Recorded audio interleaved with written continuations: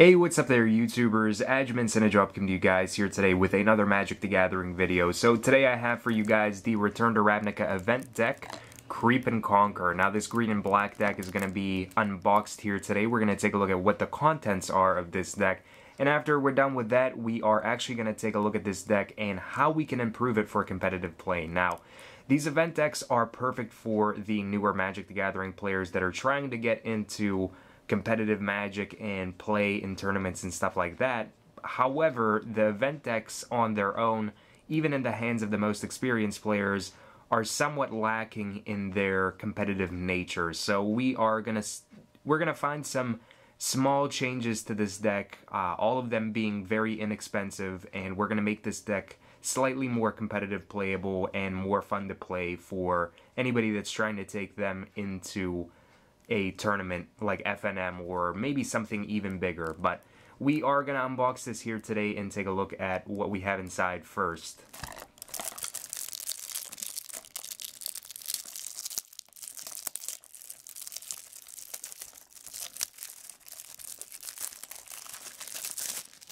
Alright, so we have our box here. I'm going to slide this off. And if you guys want to purchase the event deck, there is a link down below to abugames.com where they are up for purchase. Slide this off and we have a very awesome looking box that says Return to Ravnica on it. Magic the Gathering on top. Looks pretty nice. Alright, so we open it up. We actually get a die in here, which I actually forgot about these. So we have a nice little spin down die for our competitive play to be able to keep track of our life total, which is always nice. I find it kind of funny that we got this Selesnya die in a Golgari deck, but oh well, it doesn't matter. Alright, so we have our how to play guides here, which are useful for newer players to understand how to play Magic the Gathering, and there's a guide to Creep and Conquer and how to play the deck and some key things that you want to look out for as far as card synergies go. We also have our sideboard here, a divider for the deck and the sideboard whenever you have it in the box. And we have our main deck here, so let's take a look at this first. I'm fairly familiar with the deck list already. I took a look at it and some improvements that we could make, but it's pretty solid overall. We have Ulvendwald Tracker that allows us to fight other creatures, which is awesome. We have Slitherhead as a 2-of. Dagger Drome Imp with flying and lifelink. Dawntreader Elk, which lets us fix our mana base, so to say. So we have 3 of those. Drudge Beetle as a playset with Scavenge. Korozda Guildmage, the Golgari Guildmage, which lets us either give a creature Intimidate and +1/+1, or sack a non-token creature and get some Saproling tokens. We have Trusted Force Mage with the Soul Bond, letting us make the paired creatures bigger. Vampire Nighthawk, which is a personal favorite of mine. Death Touch, Lifelink, and Flying in a 2/3 for 3 body. Absolutely awesome. Dreg Mangler, Haste, Scavenge, 3/3 for 3. We have Disciple of Bolas, which lets us sack another creature of ours, and we can gain life and draw cards equal to that creature's power, which is always really sick. Druid's Familiar, another soul bond creature that makes paired creatures bigger. Deadbridge Goliath, 5/5 for 4 with Scavenge. Always nice to have a creature with power and toughness greater than its actual mana cost. We have Wolfir Silverheart, yet again another soul bond creature that is just very enormous for making creatures that are paired bigger. And then we have our land base for the deck. So we have some Evolving Wilds that are going to let us get appropriate mana, either green or black, depending on what we need. We have Golgari Guildgates, which are going to be, in a sense, dual lands for us. Grim Backwoods, which lets us sacrifice a creature and draw a card. Woodland Cemetary, which if you guys are looking to improve the mana base, You can always add in 3 more Woodland Cemetary and some Overgrown Tombs. However, they are sometimes a little bit expensive, so it could restrict some players from acquiring them. But either way, they're always good to have in the deck in any multiples that you guys can acquire. So 1 Woodland Cemetery, very nice. And then we have some swamps here. And some forests. And then we also have some removal cards for the deck. So we have Tragic Slips, which play off of Morbid, giving a creature -13, -13, which is awesome. We have Ultimate Price, destroying monocolored creatures. We have Victim of Night, destroying non-vampire, non-werewolf, non-zombie creatures. And we have 2 Golgari Charms, which allow us to either give all creatures -1/-1, or destroy target enchantment, or regenerate each creature that we control, which is very, very useful. So that is the main board that we have. So let me put these together because that's part of the deck and get them away from the lands. So that's the main deck that we have here. Now let's take a look at the sideboard.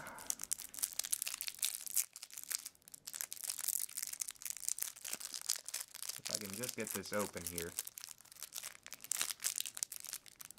This one just does not want to come undone. There we go. Alright, so for our sideboard here for the deck, we have Duress. We have Vile Rebirth. We have a couple of them. Another Duress. We have some Strangleroot Geist with Haste and Undying, 2/1 for double green. We have a playset of those. Bramble Crush, destroying target non-creature permanent. So we have 3 of those. Thragtusk, which is absolutely awesome. Thragtusk is such a powerful creature. It's a 5/3 for 5. We gain 5 life when it enters the battlefield, and when it leaves the battlefield, we get a 3/3. Just enormous power. And then we have 2 Ghost Quarters, which are going to allow us to sacrifice the Ghost Quarter, destroy target land, and our opponent may search their library for a basic land card. So it's going to be good for getting rid of stuff like Cavern of Souls if our opponent's banking off of fixing their mana with it. Also dual lands as well if our opponent is running a very precise type of deck where they're relying more on dual lands than basic lands themselves, and they could possibly not be running any basic lands at all, making Ghost Quarter really nice as a removal for lands. But Ghost Quarter has some definite uses in a matchup where you're able to just throw your opponent off of what mana that they have and what they need. So that is the main board and the sideboard that we have here. So I'm going to map this out here real quick so we can see everything that we have in the deck. Alright, so I have the entire main board of this deck mapped out here. We're going to take a look at the main board and some of the main board substitutions that I have and improvements that we are going to be adding in over some of the cards that we have that are somewhat a little bit lacking in adding towards the competitiveness of this deck. After we're done with this, then we're going to take a look at the sideboard and the sideboard improvements. But overall, whenever I was looking at this deck, I did want to consider which way we were going to go. If we were going to go heavy with green or heavy with black, or just kind of make it dead in the middle and just down the center heavy with both things and make it equal. And I ended up making this a little bit heavier in black just because of the removal package that we already have. We have the Tragic Slips, the Ultimate Price, and the 2 Victim of Night, which is definitely really awesome.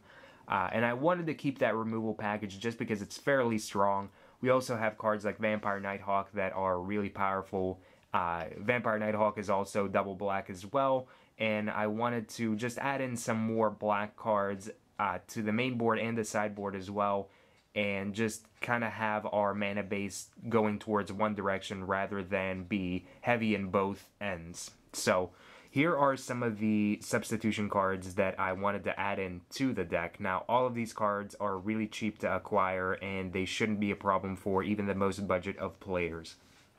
So we have Desecration Demon being a 6/6 for 4 flying. And at the beginning of each combat, any opponent may sacrifice a creature. If that player does, tap Desecration Demon and put a +1/+1 counter on him. So if he's able to swing in, that is 6 of your opponent's life that he's going to be able to just take out. He is just a powerhouse creature. He's so strong for that 4 mana. And if your opponent is trying to sack their creatures to get around him, he's just going to end up getting even bigger and bigger. So I wanted to add in a playset of Desecration Demon and go forward with the heavy black element of the deck. And he is just absolutely perfect as far as big creatures for little mana go. So a playset of Desecration Demon. From there we have Deadbridge Goliath. So Deadbridge Goliath is a 5/5 for 4 with Scavenge for 6. Now the Scavenge may or may not be relevant, but we already have one Deadbridge Goliath in the deck, and I did want to add in 2 more to the deck because he is just another powerful creature, just like the Desecration Demon. Now, with Deadbridge Goliath, even though he's a double green card, and I did just mention that we're going heavy black, our mana base is going to allow us to kind of go both ways and allow us to play cards like Deadbridge Goliath, even though they're double green, between cards like Evolving Wilds, the Golgari Guildgates that are going to fix for us. Also, if you guys add in more dual lands like the Overgrown Tomb or more Woodland Cemeteries, we're also keeping Dawntreader Elk as a 2-of in the deck as well. So we are going to have a little bit of fixing for ourselves, and it shouldn't be a problem playing with the Deadbridge Goliath, even though he is a double green card. So 2 Deadbridge Goliaths are going to be going into the deck. Also, Dreg Mangler was included as a 2-of in the deck that came original. So I wanted to add in 2 more Dreg Manglers in here just because it's another card that has an immense amount of value. So 3/3 for 3 with haste and again Scavenge, which may or may not be relevant. It's just value all over. Being able to play him turn 3 and swing turn 3 on your opponent is always awesome. It's a really powerful card for the mana that you're getting out of it, just like the Deadbridge Goliath and the Desecration Demon. So we want overall just to have some really powerful creatures for the amount of mana that we're going to be putting into playing creatures every single turn, and Dreg Mangler does exactly that. It's just perfect for the mana in a 3 spot. And I actually wanted to add in 1 swamp as well over one of the forests that we have. So just switching 1 forest for 1 swamp is just going to change our mana base a little bit around. And it's going to allow us to have a little bit more black sources in our mana base, which will provide to be useful whenever we are siding in even more black cards out of our sideboard into the main board between games 1 and 2, and then even if we're going between games 2 and 3. So now we're going to take a look at some of the changes that we're going to make to add these cards in. So obviously with the swamp that I just mentioned, we're going to be taking out one of the forests. So I'm going to slide this out here. So we're going to take that out. And we are going to add in that swamp here to the land base. Now, with these cards, we have 8 cards that we're adding in, so that means we have to take 8 cards out of the main deck. So, cards that I wanted to take out are Druid's Familiar. Druid's Familiar is a good card, but we have better things that we can add in. The Trusted Force Mage as well is going to be something that we're going to be taking out. So, we're going to take out 2 of those.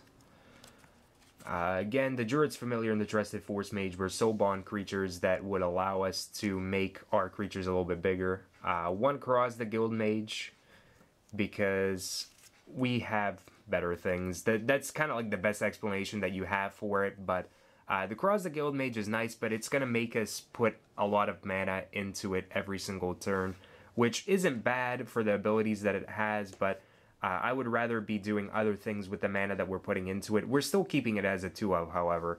But that's 4 cards that we have there. I also wanted to take out 2 Dagger Jerome Imp. Playing Scavenge on Dagger Jerome Imp is fine, but it's a pretty small creature that is going to be lackluster until we get to the Scavenge, and we don't really want our creatures to be dying.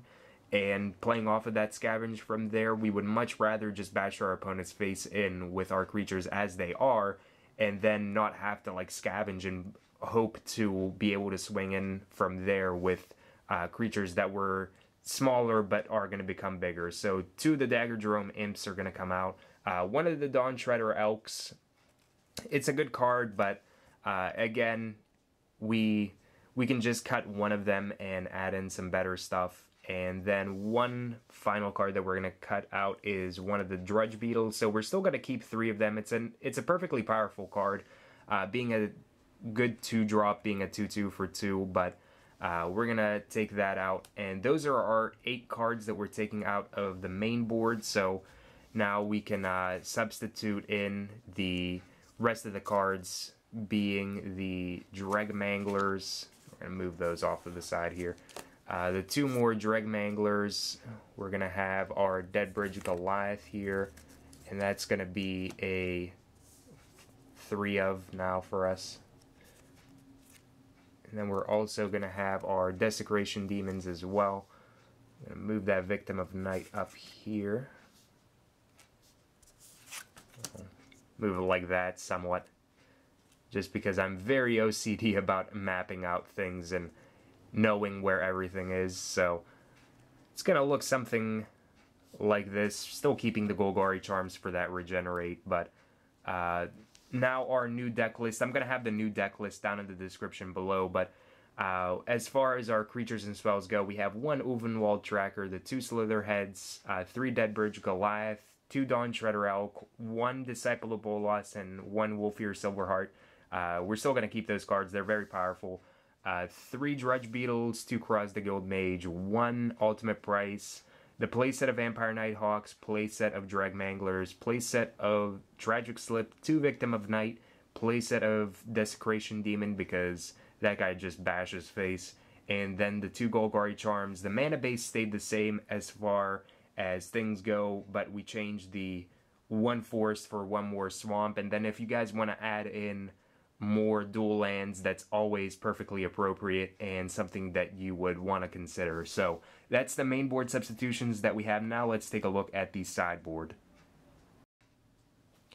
Alright, so our original sideboard that comes with this deck is the 1 Thragtusk, playset of Strangleroot Geist, 2 Ghost Quarters, 2 Duress, 3 Vile Rebirth, and our 3 Bramble Crush here. So I did want to make some substitutions, fix things how we are going to be playing with our mana base, and also provide some more substitutions and changes that are going to be more appropriate for different matchups. So the first thing was to take out Ghost Quarter. Now, Ghost Quarter is a really strong card, but the decks that are going to really like using it are going to be mainly just control decks. Control decks like this card because it lets the deck get rid of Cavern of Souls, which is going to allow the control deck to play off of counter spells a little bit more. It's also going to allow the said control deck to get rid of your opponent's dual lands if they have any, and generally they're going to have a lot more dual lands in their deck, so they're not really going to need a whole lot of fixing as far as other lands go. So it's going to be a little bit more feasible for them to have like a 2 spot of Ghost Quarter where it's going to be providing generic mana for them. So for this deck, I wanted to take it out because it's kind of an awkward card. It doesn't really fit with the theme of the deck. It's going to be throwing us off of our land base and the lands that we already have out on the table, and it provides generic mana. We want to have a little bit more color appropriate stuff, so I wanted to take out the Ghost Quarter and actually add in 2 more Duress into this build. So Duress is a really strong card for 1 black at a sorcery speed. It lets us look at our opponent's hand. We can choose a non-creature, non-land card from it, and they have to discard it. So Duress is really strong up against like control-based builds where we can get rid of their spells, like their instants, their sorceries, and their planeswalkers, and not let our opponent have them as a source of getting rid of our creatures or playing their planeswalkers and winning off of them. So we originally had 2 Duress, now we have 4 of them in the sideboard here. So 2 Ghost Quarter for 2 Duress. Now from there, I did want to actually take out the Vile Rebirth for something that was just a little bit more appropriate. So with the Vile Rebirth, it lets us exile target creature card from a graveyard, and we get a 2/2 for 1 black at an instant speed. Now, that's perfectly fine. Vile Rebirth is really strong. We get a creature out of it, and it's especially even more strong if our opponent doesn't have any ways to block it. But I did want to add in Cremate instead of it, because Cremate does a little bit better of a job. It doesn't have that restriction with creatures that the Vile Rebirth would have, and it lets us open up to more options as far as getting rid of our opponent's graveyard interactions. Now, for 1 black and an instant speed, just like the Vile Rebirth is, we get to exile target card from a graveyard, so it lets us exile other things like our opponent's flashback spells as well, and we get to draw a card, which could be potentially better than just getting a 2/2 if our opponent has a better board state than us. Now, being able to draw, we can draw into removal elements, more creatures, more land drops if we need them as well, and it can be cast at an instant speed, so you can use it during your opponent's turn and draw a card, and then draw another card whenever it goes into your turn. So I thought that Cremate was a lot better of a choice that we have for this deck, so I decided to switch them out over the Vile Rebirth itself. Now, another card that was just a little bit awkward for this deck is Bramble Crush. Now, the reason why is because I mentioned before that we're going a little bit heavier with the black.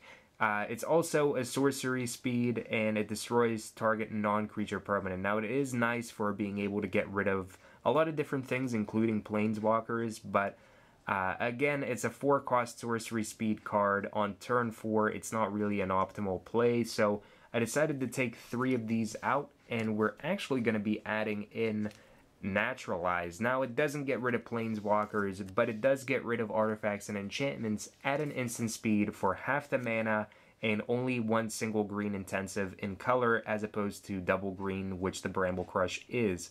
Now, destroys artifacts, enchantments, instant speed, 2 cost, is much better, and much better on the mana for us, and it's going to let us respond to stuff like Detention Sphere or Oblivion Ring during our opponent's turn, and we can just have the benefit of it being a little bit easier to cast. So 3 Naturalize over the 3 Bramble Crush. And then the last substitution that I wanted to include for this deck was with the Strangleroot Geist, because it was a double green. Now, Strangleroot Geist is really nice if we would be going heavy green with the deck. We could also add in stuff like Predator Ooze. We could take a whole new approach to this deck, but being a 2/1 for double green with Haste and Undying, it's a really good card, but not something that we want to have in here in our sideboard.